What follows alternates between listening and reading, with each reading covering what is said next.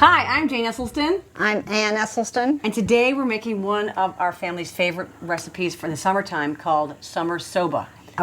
This is something that I've been making for years. In fact, sometimes when we have guests in the summer, it's the only dish that I give them. It's great because it's a cold noodle dish. And I have to just give a shout out to the Moosewood Cookbook because I think that helped me dial in this recipe in a plant-based way way back in the day. So it's actually, we have a version of it in our cookbook, the Prevent and Reverse Heart Disease Cookbook, and it's called like Pacific Rim Soba Noodles, and we add other stuff to it. But we're doing the original recipe today, which if you have Plant Strong or you have My Beef with Meat, which was the original name of this book. But in Plant Strong, it's on page 196. And we're going to go with the original. And it starts with toasting sesame seeds over here, which we're doing. I always burn sesame, so I have it on like crazy low. They may not even brown during this session because I have to buy twice as much sesame seeds. I burn them all the time. It's genetic. Yeah. I scorch them. Okay, so these are already cooked soba noodles. And one of the things about soba noodles is cook them in a big pot with water, but make sure that the water, you got some space because they bubble up a lot. They do a ton, and we use buckwheat noodles, soba noodles. This is a wild yam version. This is a mugwort. Mugwort. It doesn't sound like if you get just the plain buckwheat, it's pretty expensive. But it also is the 100% buckwheat, and I know that's gluten-free, and it's just 100% whole grain. Anyway, so the noodles are already cooked. I know that I like to rinse them in cold water to get all the extra, what do you call that, pasta goo, or just pasta stuff off of it. We're so excited to tell you about this cool thing we're doing called Cook with Chibo. It's a new concept in culinary education. And it's a class, actually, a cooking kind of class that you register in real time. Well, you register for it, and when you register for the online streaming of it, you get a grocery list, and then we all meet at in the kitchen together. And a set time and a set date, and we cook together. And you can raise your hand virtually and ask a question, and we'll answer, or we can ask a question, and maybe you can answer. So we would absolutely love to see you in your kitchen. Cook with Chibo. And with us. Thanks. Bye. Bye. So, with the noodles, you put red peppers, chopped red pepper. I put green onions, and please notice I'm cooking the green onion. I'm cutting the green onions right down to the very end. No, just one part of them. Use the whole part, unless it's a really, clearly bad part. I have a pretty long cucumber here. And I'm taking out some of the seeds because it's just gets it kind of extra juicy. I know you're probably going to try to eat it. And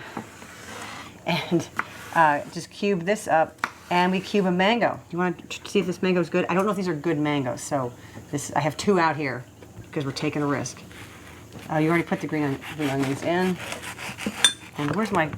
Ooh, that could be here. You want to use this knife in there? I'll trade with you when you're done. Thank you. So then cube up the cucumber. So it's this nice little bite-sized pieces to match the red pepper. Oh, is that one not going to qualify? Fingers crossed on this one. It's better. A little better.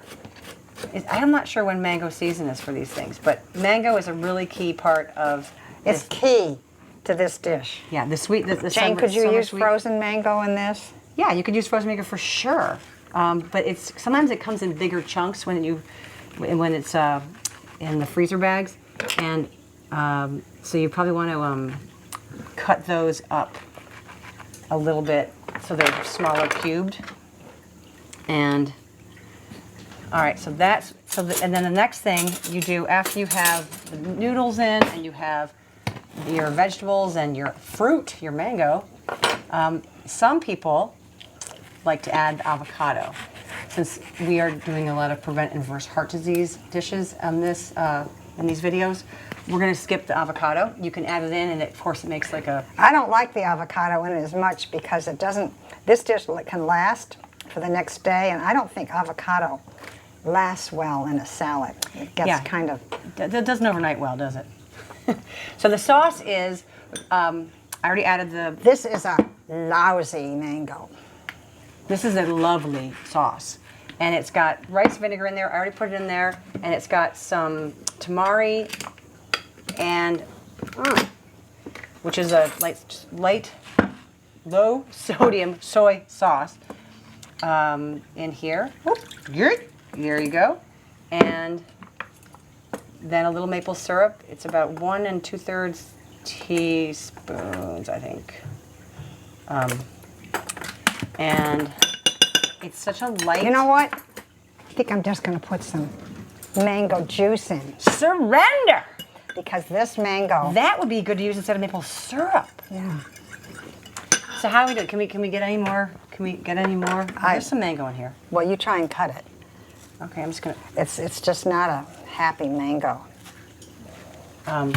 It's kind of... Sometimes it gets those hairs, tendrils. Yeah. I think I got a little bit. God, it is hairy. Okay. Oh, how are the sesame seeds?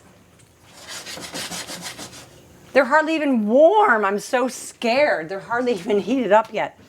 Okay, so we can get a little more mango out of some of these. And the sweetness of the mango with the... Oh, this really is just falling apart. I've never done this. It's simply amazing. I mean, you know, we need to try this without any sauce because it may be all you need.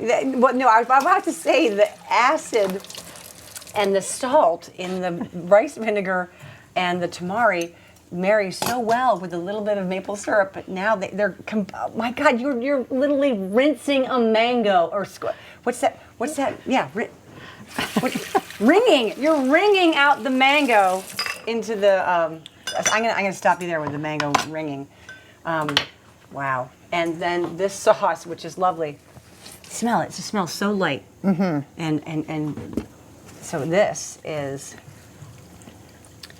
great. I sometimes double the sauce because it falls to the bottom because it doesn't have any fat or heft to it. Oh goodness, big one.